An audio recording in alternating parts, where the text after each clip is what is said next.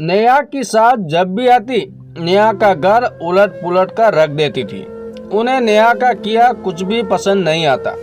Kitchen में सारे डिब्बे चेंज कर देती, हॉल का सेटअप चेंज कर देती, अलमारी से कपड़े निकालकर अपने हिसाब से जमा कर रख देती थी। फिर शाम को जब समर घर आता तो उसे कहती, देख मैंने तेरे कपड़ों की अलमारी कितनी अच्छी जमाई है। समर ठहरा कान का कच्चा।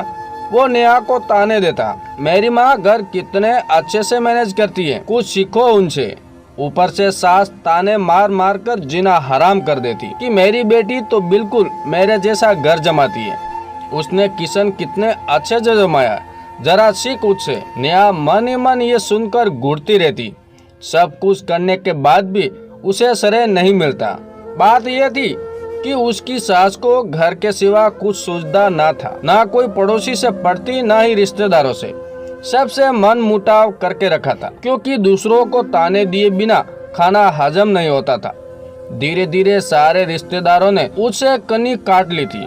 ससुर ठहरे जोरू के गुलाम। उनके मुंह से पत्नी के खिलाफ एक शब्द भी ना फूटता।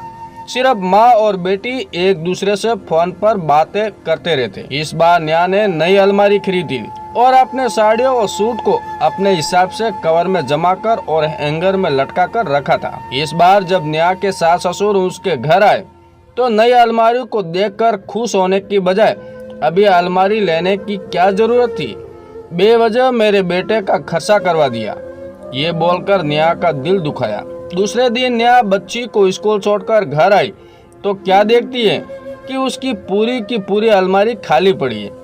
सारी साड़ियों और सूट बिस्तर पर पड़े हुए हैं। उसे बहुत बुरा लगा।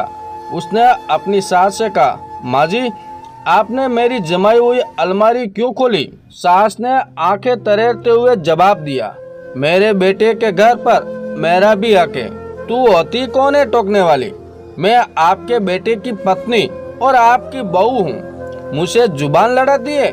रुक, अभी मेरे बेटे को फोन करती हूँ। माँ जी आपने पूरे घर का सामान मेरे द्वारा अच्छे से जमाने पर भी अपने हिसाब से रख दिया।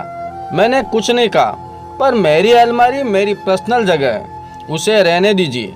और क्या गलत जमाया मैंने? सारी साड़ियाँ कवर में लगी हुई है। सास को बहू की ये हाजिर जवाब हजम नहीं हुई। अरे जा जा बहू, तू तो मेरी बेटी की जूती की नोक के बराबर भी नहीं है। अब नेहा ने सहन नहीं हुआ, वो बोल पड़ी, आपकी बेटी नहीं होगी मेरी जूती की नोक के बराबर। आप ये इसलिए कह रही है ना माँ जी कि आपने दीदी और मेरी अलमारी में एक से कवर देखे? तो सुनिए, जब मैं यहाँ शिफ्ट हुई थी तभी ये कवर खरीदे थे। दीदी मेरे घर आई और कवर देखकर बोली कि चलो मार्केट, मुझे भी लेना है, और मैं ही उन्हें दिलवा कर लाई। पर सास का अहम उसके आड़े आ रहा था। उसने आव देखा ना था उसी शहर में रहने वाली अपनी इकलौती बेटी को तुरंत फोन लगाकर बोली, बेटा तू अगले हफ्ते राखी पे मत आ, तेरी भाभी कह रही है कि दीदी मेरी जूती की नोक के बराबर भी नहीं है।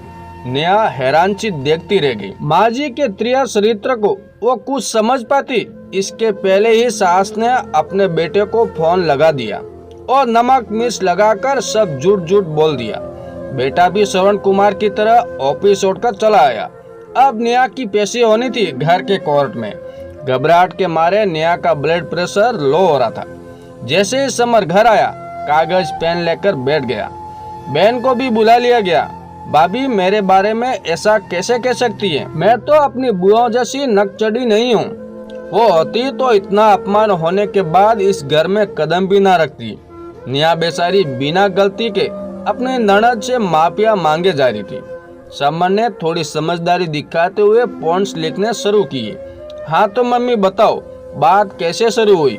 मैं तो इसकी बिखरी अलमारी जमा रही थी और ये आकर मुझे ही सुनाने लगी। माँ ने नमक मिर्च और तड़का लगाकर अपनी बात कही। नेहा तुम अपनी बात बताओ। नेहा ने सब कुछ सच कह सुनाया। समर ने दोनों की बात को सुन के फैसला लेते हुए कहा, पहली बात माँ, आप कुछ दिन रहने आई हो तो आराम करो, बच्चों के साथ खेलो, पूजा पाठ करो, और अगर फिर भी अलमारी जमानी है तो मेरी वाली जमा दिया करो।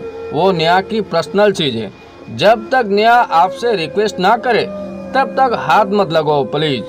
और ये आप दोनों सास बहू की लड़ाई थी, तो दीदी को फोन करके आपने ननंद भाभी के रिश्ते को खराब किया है माँ। और समर ने अपनी बहन से बोला, नेहा की जगह खुद को रख कर देख कि अगर तेरी सास तुझे बिना गलती के ये बोले कि तू मेरी बेटी की जूती की नोक के बराबर भी नहीं है, तो क्या तुझे गुस्सा नहीं आएगा? पिताजी की ओर रुख करते हुए समर बोला, पिताजी इस समस्या का समाधान आप भी कर सकते थे। आपके चुप्पी साधने की वजह से इतना हंगामा हो गया और मुझे ऑफिस से आना पड़ा। जोरू का गुलाम।